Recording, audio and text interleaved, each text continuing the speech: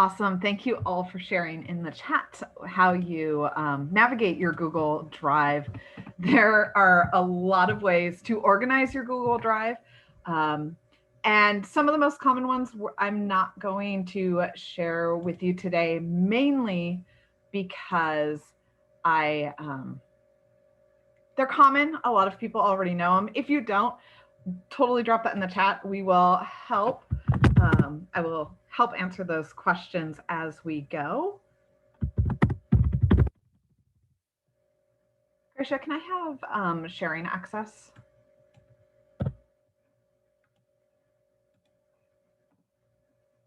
Yes. Awesome. Thank you so much. So the bit.ly for the slide deck is in the chat. I know that we've dropped it a couple of times, but if you need it, it will always be on my slides so that you can see it wherever we are.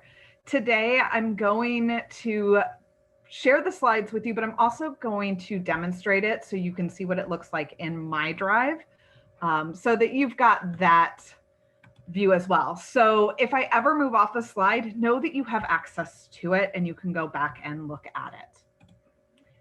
So before we dive into it, let me tell you a little bit about myself. I'm Kate Appleby. I'm a teacher librarian at Grand Terrace High School, which is in Colton Joint Unified School District in San Bernardino County. So I am not a Riverside County educator, but I am right next door. So I know lots of educators in Riverside County. This will be my 4th year as a teacher librarian. I was an English teacher for 15 years prior in the same district. I opened Grand Terrace High School, and before that I was at Bloomington. And I am a level 1 and level 2 Google certified educator. I have been using Google before my district adopted Google. I thought it was fantastic for students. And so I was using it in my classrooms. And this was before Drive existed. So Drive, I probably started using it fairly recently when it came, when it was developed and pushed out to everybody. But I'm always learning new things, especially how to navigate through it. And my drive fluctuates between being really organized and kind of being a hot mess that I don't want to show anyone.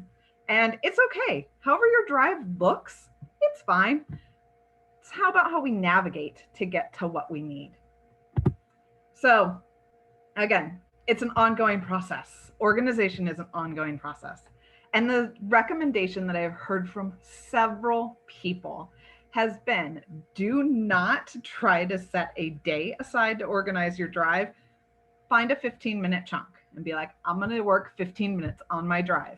And that's it. And then walk away from it 15 minutes later. And then get in the habit of organizing it as you create. That will save you a lot of, oh my goodness, I need to sit down and organize it in the middle of the school year. This last year, threw my organization of my drive off. So right now, my drive looks like that desk on the right. It has a filing cabinet in the corner. There are files in it, but it's really more just a mishmash of everything.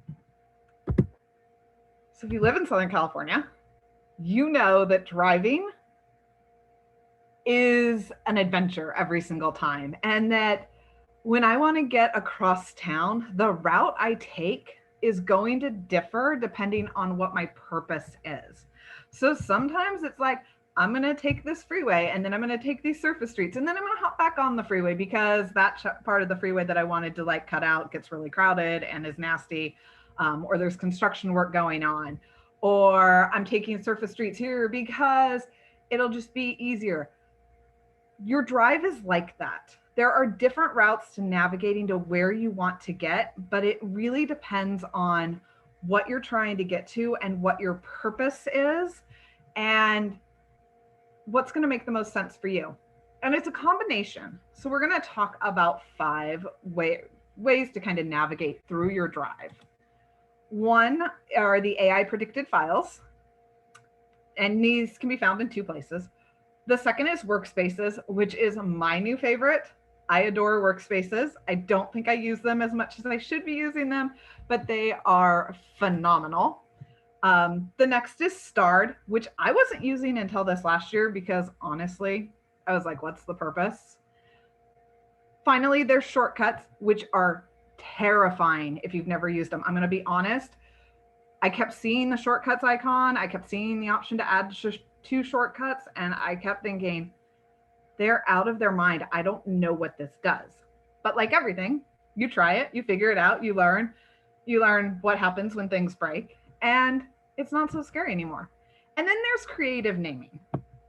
And there's some interesting stuff for creative naming. But let's talk about the AI predicted files. So those AI predicted files exist in two places. They exist in priority, and priority is set as my homepage. I promise I'll show you how to do that if you decide you like priority. And it's this ribbon at the top, and it will always be here. There's no option you need to select for it to be here. But the reason I love this ribbon of AI predicted files is it is 10 files. So I can keep scrolling and find 10 different files. And you'll notice it is also comments that it gives me. So in this case, they're like, we think you should open this comment. And initially the AI predicted files, because before priority was pushed out, they're in my drive under suggested, and it's only 3 of them. And I kept looking at these suggested, and I kept thinking, that's not what I want. How do you know what I want? The AI knows what you want based on how you use your entire Google Workspace.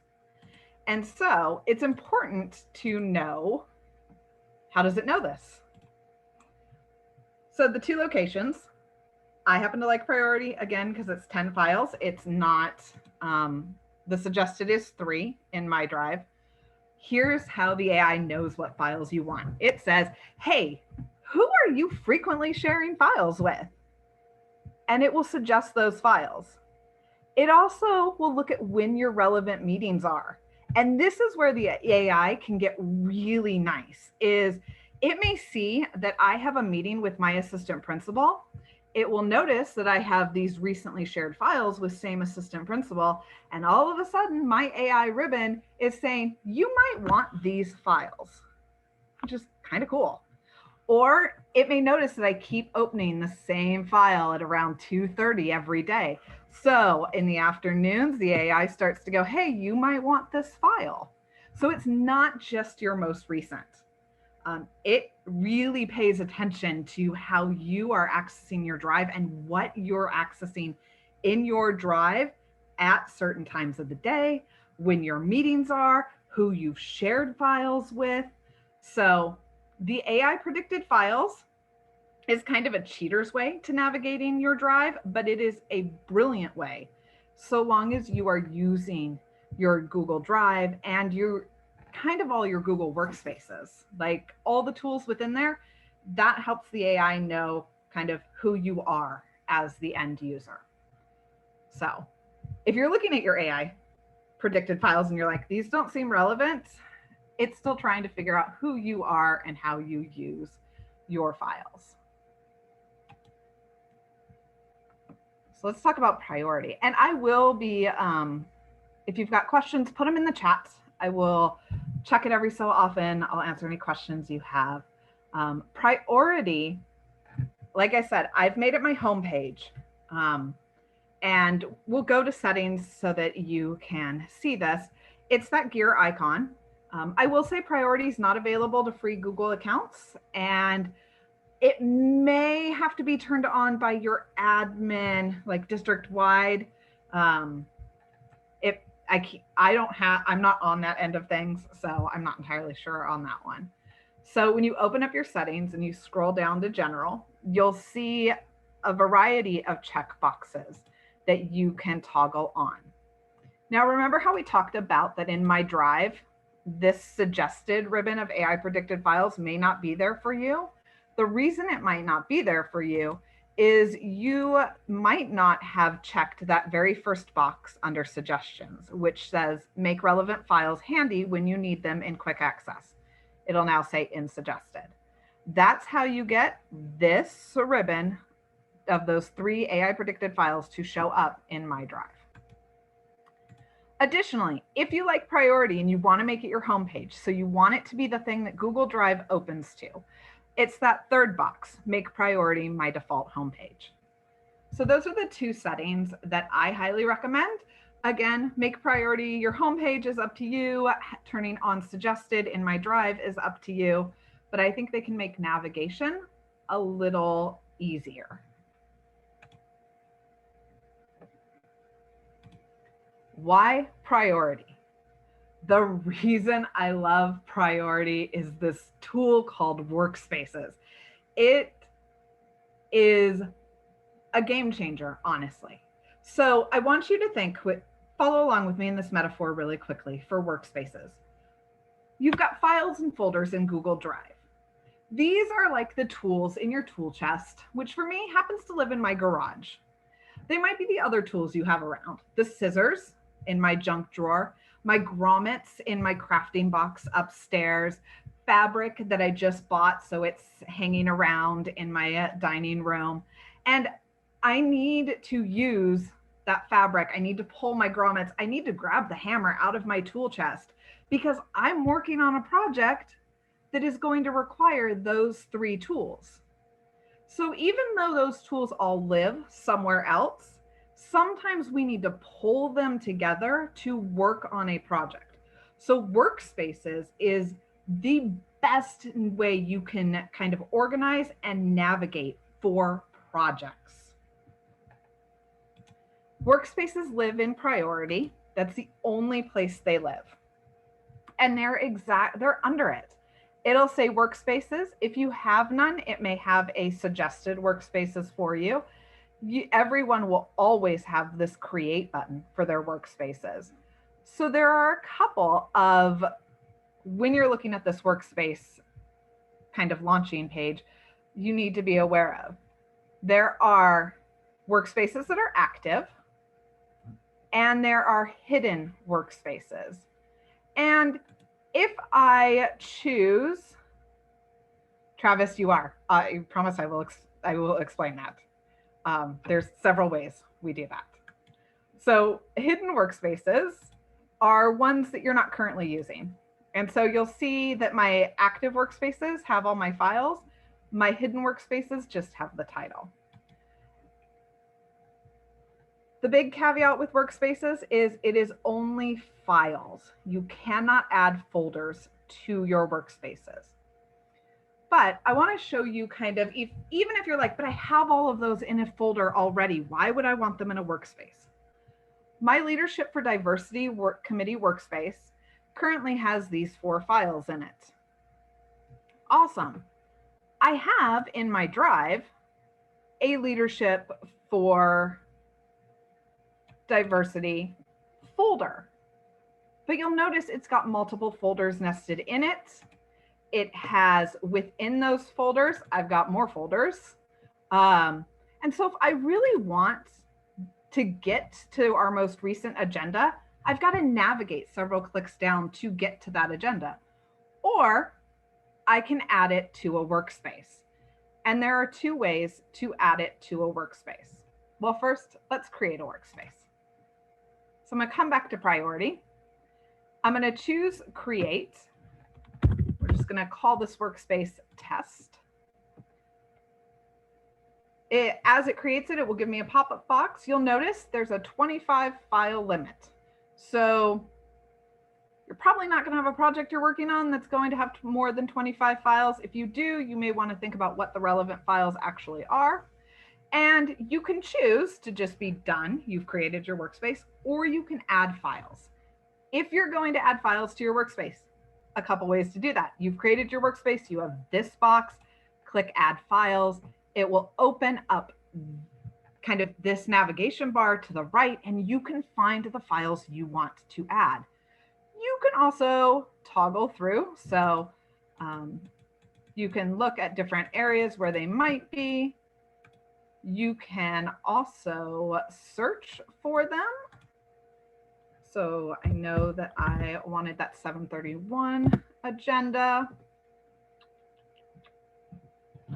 which it might not be there. So that's okay. Let's see what happens when I just type in agenda, what it will bring me. There we go. And you can select as many as you want. Just click on them. It will say choose selected and then choose insert. And now my files are there. And if I ever want to get rid of them from here, well, I'm going to pause really quickly. What this creates is this creates a link to these files. So it's kind of a quick link to it. So these files exist in their original location. So I can edit them because when I open them from here, I'm opening the original document. It's not a copy of it. I can edit them, and wherever I open it from, as long as my changes have been saved, they will have been saved. If I remove a file from Workspace, it does not remove it from my drive.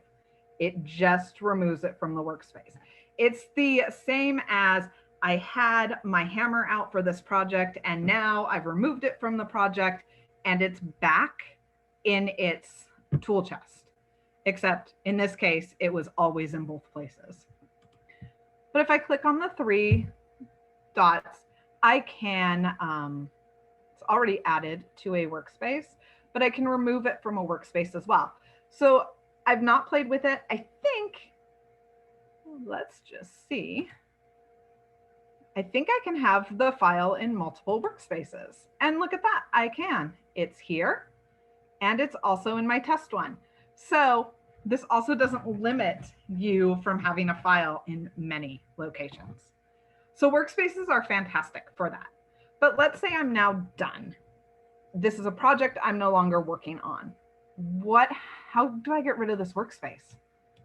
Again, our 3 dots on the right. I can rename it, I can hide the workspace, or I can remove it. I recommend hiding the workspace when you want to come back to it. Maybe this is your workspace for the beginning of the year planning. And so you know you're going to come back to it at the beginning of every year, but you don't want this workspace active in March. So hide that workspace. Or if you're really done with the workspace, just remove it entirely. And you'll notice the workspace is going to be permanently removed. Files remain in their original location. And that file that I had also had in another workspace is now there. A couple ways you can add files to your workspace. You can do it in the creation. If you already have a workspace existing and you view it, you can add files that way. Or if you are in your drive and you are looking at a file, you can right-click on it and you'll see that you can add it to a workspace. You can add it to existing workspaces. You can create a new workspace. The only workspace you can't add this to is a hidden one. You cannot, with a document that is open. So let's say I had this one open and I was like, I want to add this to a workspace. It should be in the file option. It's not. So you can't add from an open file to the workspace. I could go back to my drive and add this and it would be fine. I could have it open in one tab and add it to a workspace in my drive and we'd be okay. I just can't add it to a workspace from here.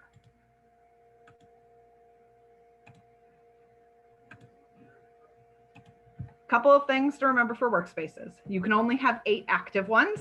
So you either have to hide or remove if you want more than, if you've got 8 and you're creating a new one. There's a 25 file limit. You can only add files, not folders. And files will exist in both their original location and the workspace.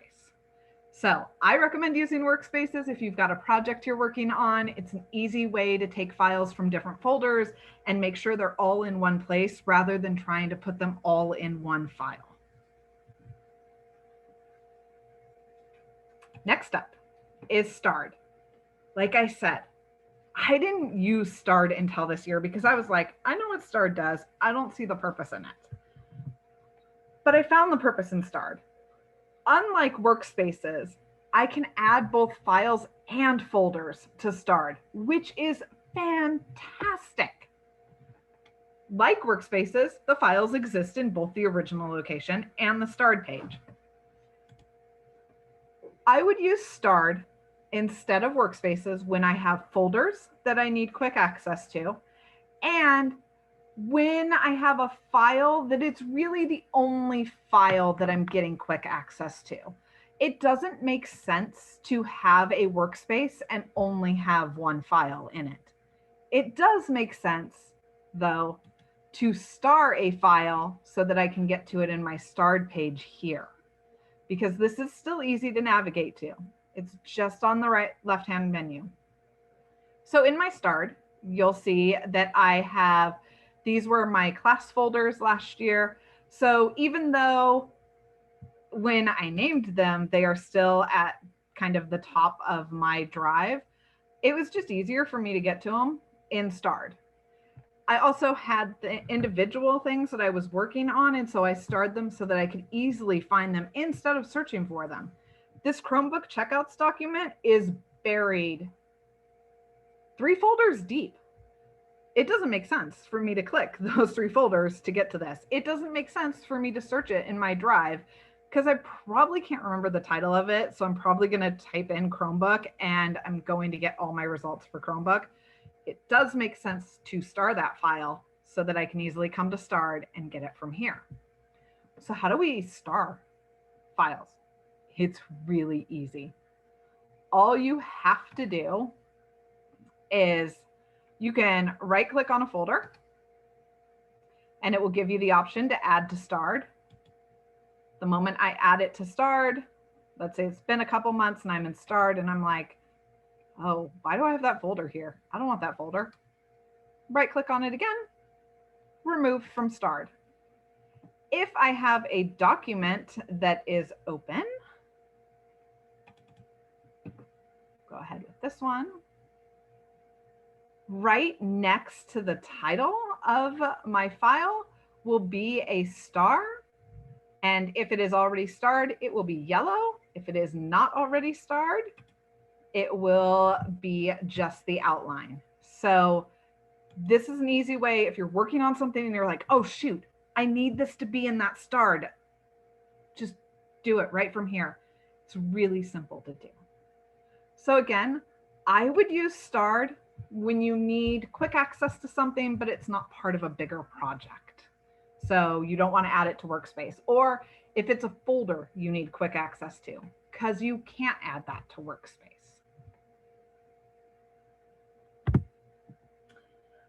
Shortcuts. Shortcuts scared me initially, terrified me. I was certain I was going to do something wrong if I clicked add shortcut to drive. And I couldn't understand why I would want to add a shortcut, because if I want it, I'll just add it to my drive. Google, why would I add a shortcut? This doesn't make any sense. Except sometimes you really don't want things added to your drive. Shared with me is a good way. I don't know about anybody else's shared with me, but shared with me is a little overwhelming sometimes just to search through, because on any given day, you have a lot shared with you. And so scrolling through it can be a lot, but also searching shared can be a lot. And sometimes you want quicker access to it. You can make a shortcut for anything that's been shared with you. You can also make a shortcut for a file that you have somewhere else, but you want it to also be accessible in a second place. And so let's talk about creating shortcuts.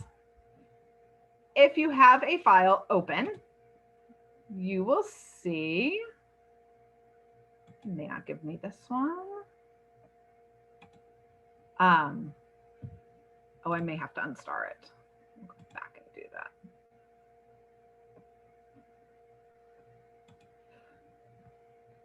Do that once it gets up. If I right click on one that's been shared with me, you'll see I can add a shortcut to drive. Cool. You click add a shortcut to drive, and this is what it ends up looking like in your drive. Is you will see this little arrow with this cutout of the folder or if it's a file, it will look, it will have that same cutout with the arrow, and that means that's a shortcut. You can also, if it is one of your documents, if you go to File, you can choose Add a Shortcut.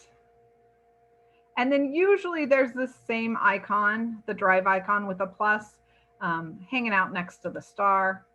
I don't know why it's not showing on this document, but you can also click that to add a shortcut. And it will ask you, where do you want to add the shortcut to? Do you want to add it to your drive? Do you want to add it within a folder? So you can add shortcuts wherever. So here's why you might want to add a shortcut from a shared with me. Maybe there's something in the shared with me you always want to come back to. And so you might want to add it to your drive. I happen to want to come back to our master schedule. So I am going to add a shortcut to this. I will ask me, where do you want this to go? Like, I don't think there's a file for a folder right now for it. So it's just going to hang out in my drive. I will add the shortcut. You'll notice it's still here and shared with me. But now when I go to my drive, and if I have a lot of files, so I'm not going to scroll through to find it. Yeah, it will be there as well. If I put it into a folder, it would be there. This is a great way if you have presentations that you attended and you want to save their slide deck, their presentation that they gave to you. You could add it to your drive. Cool. You could also add a shortcut to it. Or probably the weakest way, you could make your own copy of it. I say that's the weakest way because that means if the presenter makes changes and you have a copy of it, you don't get the changes. So you always want to make sure you're somehow linked to the original. So that's a shortcut. But what happens when you no longer want the shortcut? Good news is the shortcuts, like Starred, like Workspaces, are just quick links back to the original file or folder in its original location. Bad news, once you delete a shortcut, things can get a little weird. So if you delete a shortcut to well, it will move the shortcut to trash.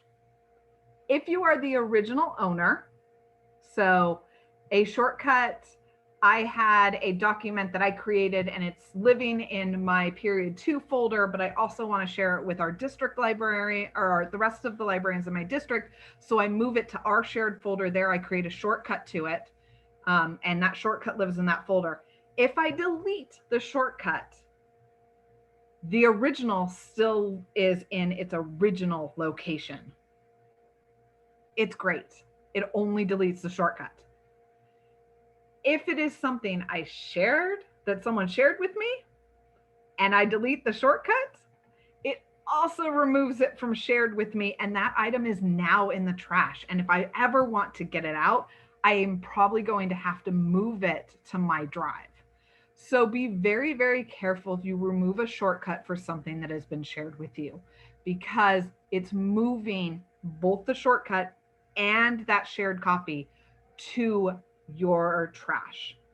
The only thing it doesn't do is it doesn't move it from the original owner. So wherever the original owner has it stored, like, you can't mess with that. So I love shortcuts. They're really useful, but you have to be very intentional with them.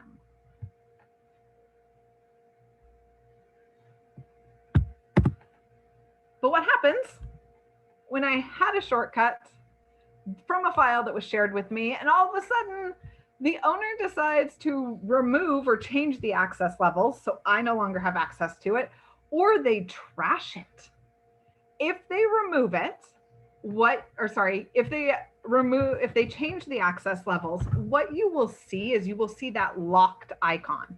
So you'll still have it as a shortcut in your drive, but now you're going to see that locked icon, which means if you want access to it, you have to reach out to the original owner. If the owner trashes that file or folder and they didn't realize that you had created a shortcut to it when it was shared with you, you are going to see the trash can icon. And if you click on it, you'll get a message that says, hey, this file is in the owner's trash. You're going to permanently lose access. What do you want to do? Do you want to share it? Do you want to copy it with the comments and suggestions? Because you're going to make a copy. Or you can choose to do nothing. The big thing to remember here with that is, let's say the owner trashes it and you go in 6 months and go, oh shoot, the owner trashed this. There's a time limit on like how soon you have to make a copy of it. I'm not sure what the time limit is, but you're going to have to kind of be on top of that. So every so often, you may just want to scroll through your drive and figure out, look at your shortcuts and be like, yes, this is still here, or oops, the original owner did something if it's a shortcut to something that somebody else owned, and take appropriate action. Again, shortcuts have fantastic uses, but they do have some tricky things to be aware of. Quick question while you're on So shortcut. say you have got the mask on. Yes. Push. What was the question? There's not like a button where you can display all your shortcuts at once though, right? There is like not. Okay. No. We could, I suppose, put that in feedback for Google. And if they get enough of it and they see it as a option, that could be a change that is made. I agree that as you add more shortcuts, it would be nice to be able just to look for them. I do wonder though,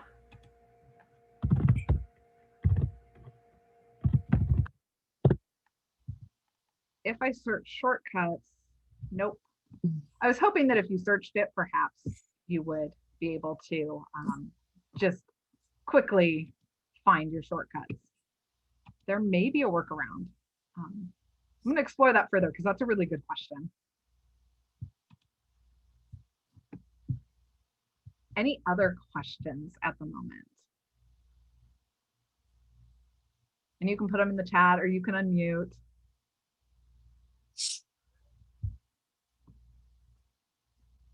All right, so last up is the creative naming.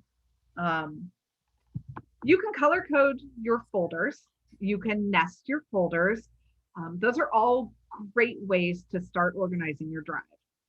Creative naming takes it up a level. And I have 3 here to show you, but I have more to talk about. You can add a space in front of the name. You can add an emoji. And if you don't know how to add an emoji, there is a emoji keyboard that you can add on, or there are also shortcuts for both PC and Mac.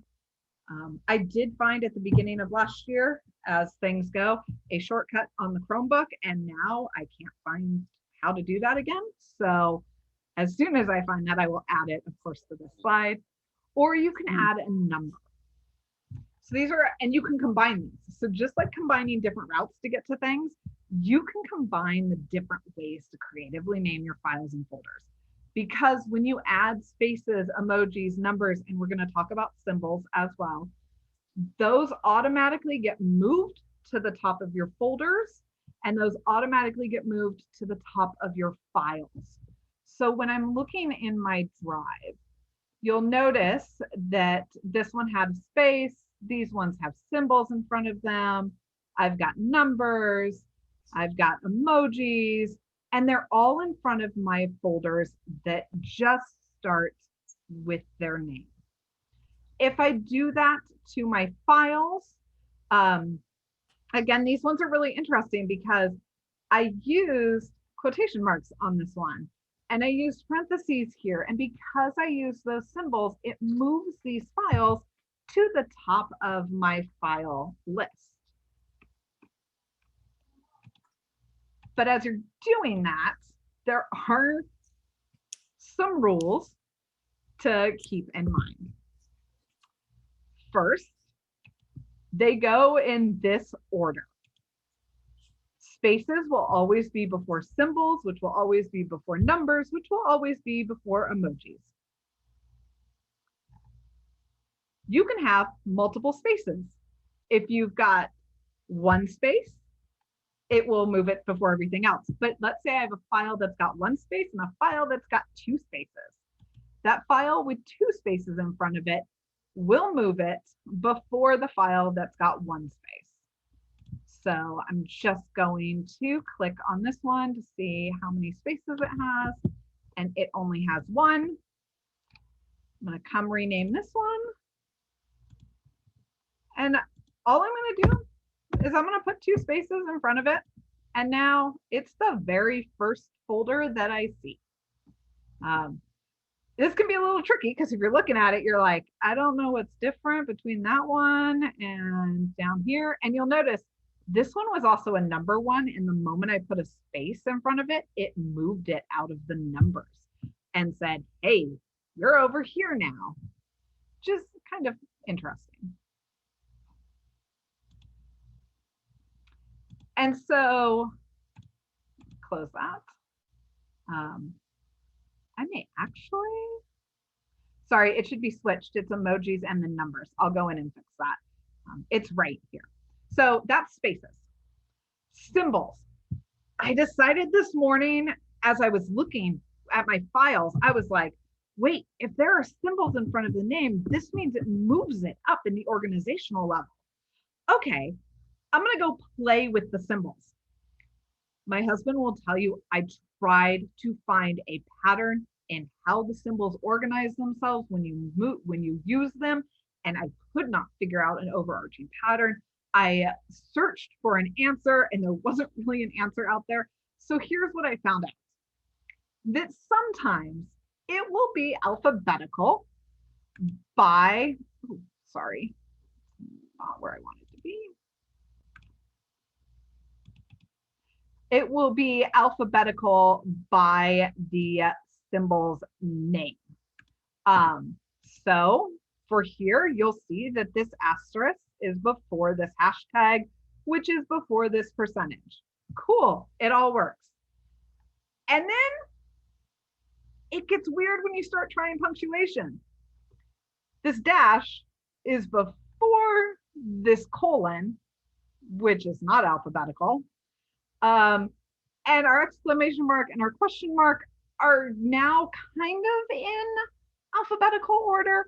So if you use symbols, just be aware that it may not order them the way you want, but if it's just a few files and folders and you really don't care, so long as they are within like the first two rows of either the files or folders section on my drive, then it doesn't matter what symbol you use.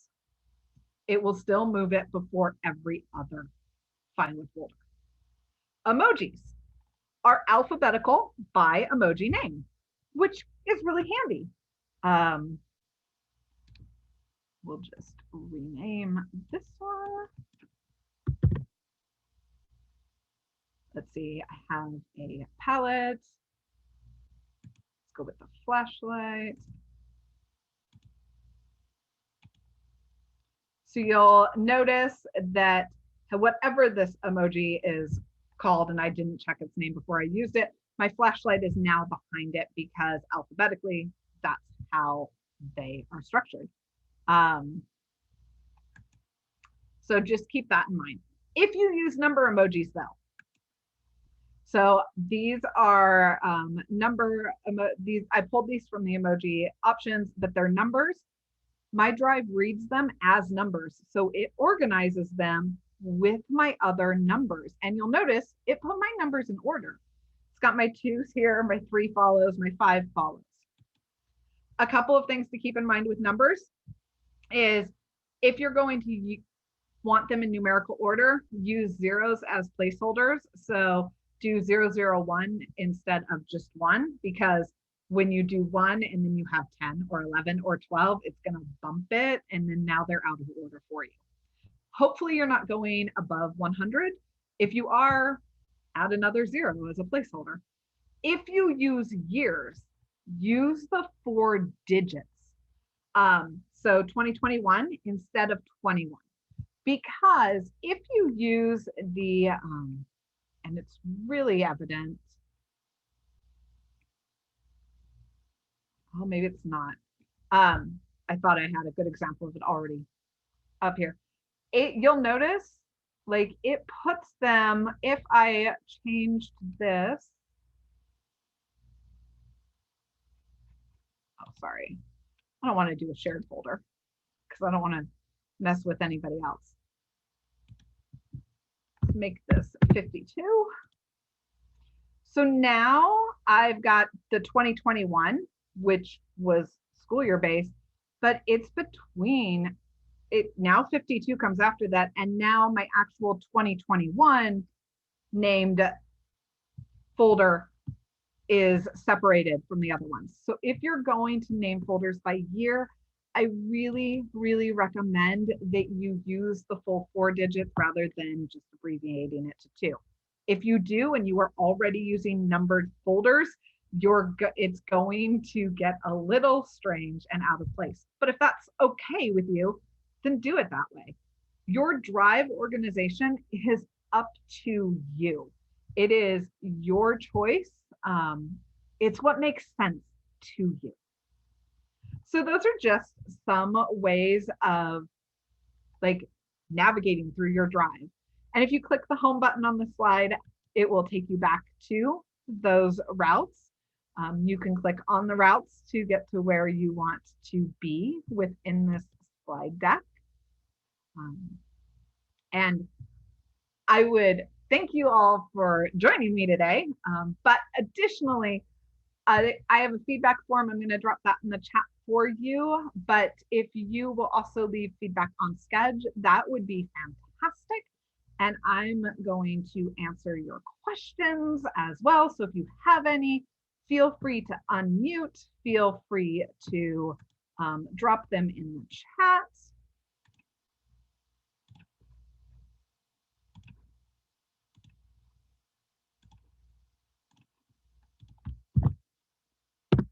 There is the link to my form. Katie, I don't have mine added as an extension. I think it would depend on what extension you use. Do you have an extension in mind?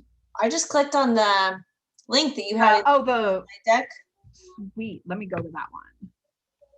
Or just however you add emojis, because I love the idea, but I didn't understand. Are you on a Mac or a PC? PC. So wherever, like if you just, you could do it in the chat actually. Press the Windows button and the period at the same time. Ah, fancy. That's right. What that was. Okay, I saw that on the slide deck, but I wasn't. So the extension will give you a lot more, but I found for my purpose, like it's fine to just use it that way. I would use the extension if I was changing my bullet points in a document and I wanted like a fancier emoji for that. Okay, sweet. Thank you. You are welcome. Did you say to push the Windows and the what button? Period. Windows and period. Okay, love it. Yeah. And I want to say you've been my favorite presentation so far. Thank you. I learned so much. Thank you. Travis, separating folders from shared group folders. Oh, in the main view? Yeah, so if you go to main view there, I noticed that your files are just kind of all, I noticed the little person, that means shared or group, correct? Yes. Is there? You know what I think I would do? I think I would use one of the creative naming ones to switch it. I might actually put a space in front of all of my folders. Got it. Because then that'll move all of mine. Yeah, that's okay. That's another thing that I have a question about, where my drive got really crazy this last year was using Google Classroom. All the students' responses ended up inside of my file section on my drive. Yes, they did. Is there a fast way to get rid of all of last year's responses? Because I'm going to have new responses coming into the new year that I don't want mixed in. Are you recycling your Google Classrooms? When you say recycle, do you mean You just kind of clearing them out and doing new students? And or- assigning new students to it, or are you, I think, I'm not you- going to be doing that. No, I'm going to be Okay. starting fresh. and so when they are in your drive, I'm gonna share my screen again really quickly. When they are in your drive, are they showing up just on this main page, or are they showing up in the Google Classroom folder? So there is a folder that was created, I think, without me called Classroom. And then underneath that, where it says files, it's where all of their responses are kind of pressed in with everything that I've created. Yes. And it makes me want to throw the computer through the window because I don't want to go through everything. So is there, other than Okay. going through Classroom and deleting everything one by one, is there a fast way? Well, you could opt to just delete this folder from your Classroom folder. Okay. I'll be honest, I don't touch the Classroom folder that Classroom creates for me Right. because as a teacher, I don't find it useful. But Right. I think it is incredibly important for our scholars to have, because I don't know if you've ever had scholars who are like, well, I opened that and I worked on it and it saved my progress, but now I can't find where it is in my Google Drive. Mm-hmm. I'm like, guys, you also get a Classroom folder, click on your Classroom folder, find my Mhm. class, open that up, and hey, your stuff's there. That's where you can continue to work on it. Right. So I never come in here for anything. Okay. So I leave this alone. If I did create a folder in here, so these are all the class ones, and yeah, this is overwhelming and a little terrifying. I Right. do have an archived no longer needed folder. And so like, I joined this class to teach something, but I really don't need it. So Mhm. I just move it into here, and then that will clean this up here. So this is one of those ways of, if you're cleaning your class, like your Google Classroom out at the end of the year, pop Right. into this folder in your drive and just drag all those folders into here, and you don't, they'll still be in a folder, they'll still be on your drive, but you don't ever have to see them. Will they still show up in my files underneath? So they will still show up. This Classroom folder, well, I would not recommend ever getting rid of this one, just because it's tied to Classroom. But when I go in here, if I needed to see them again, and everything will still be there. Okay. And so like I'll actually have nothing in the chemistry one. But Yeah, because I don't personally need to see any of their responses anymore. They're not going to ever come back to them. So it's So kind of like, yeah. I don't ever worry about them because Okay. they're in a folder, and I'll just nest the folder as archived and be like, I don't need it. I've not played around with deleting it, so I'm not sure what happens if you do, but you could. So you're saying that I can go into each one of those and throw them and archive them Yep. somehow? Yep. How do I do that again? So go to your Classroom folder, Uh-huh. and then you will actually have to create a folder within here. Okay. So just create like an archived folder, Oh, I see. and then just drag them. I see what you're saying. Okay. And I Okay. mean, since you can like multiple click it and just drag them in there, it's fantastic. Got it. So, All right. yeah, I feel like the Classroom folder is much like the shared with me. It's there, but I really don't ever want to touch it for much. Right. So Yeah, Google Drive's been a lot using it going because I'm a pen and paper kind of person. So even my planning and everything's on pen and paper. So having all of this organized, and I'm an organized person, so having this has been a challenge. This has probably been my biggest challenge. So right. And we have people who like I have folders, and I'm like, if I'm nesting like 4 folders deep, I Mhm. need to rethink that. Right. Like I should not be clicking it. Like, but I'm also like, but I don't want a whole bunch of folders. And so every so often I'm like, okay, it's just going in and pulling things and being like, where do I need this to be? Or do I even need this? Or does this Right. belong somewhere else? Right. So yeah. it's hard because we've spent so much time creating stuff and building things and using them that it's like I've created it. I don't want to lose it, but I also want it to be in a place that I can easily access it when I want to go back to it or adjust it. And so I think the way to kind of break that cycle is to, if you know it's going to be in a folder, be in the folder when you click new. Oh, Because yeah. if you're in the folder when you click new, it automatically puts it in that folder. Yeah, that's a great idea. And then you can just double check it by, it will say it's saved to your drive. And I think that's one of the icons by the title. You can click on that to see where it is in your drive and just double check it's in the right folder. Okay, So, great idea. Thank you. you're welcome. It is. Hi. Yes. I'm sorry. Are you ready to go? No, I'm fine. I just have a really quick question. You helped earlier with someone getting the emojis. I'm on a Mac, so you have a shortcut for me? I do. Your Mac shortcut is going to be Control, Command, and Space.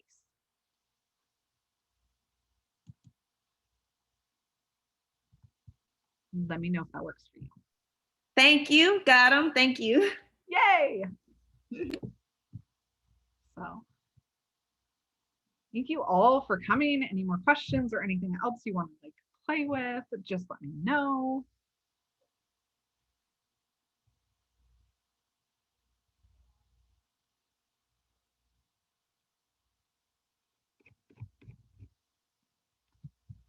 Thank you all.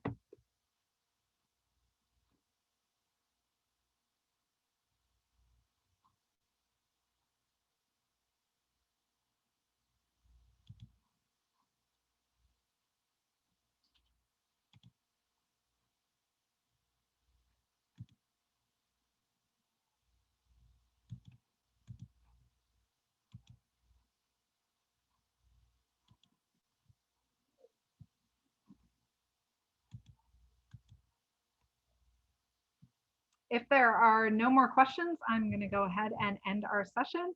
I hope you guys enjoy the rest of your sessions. I hope your sessions before this have been fantastic, and enjoy the rest of your summer.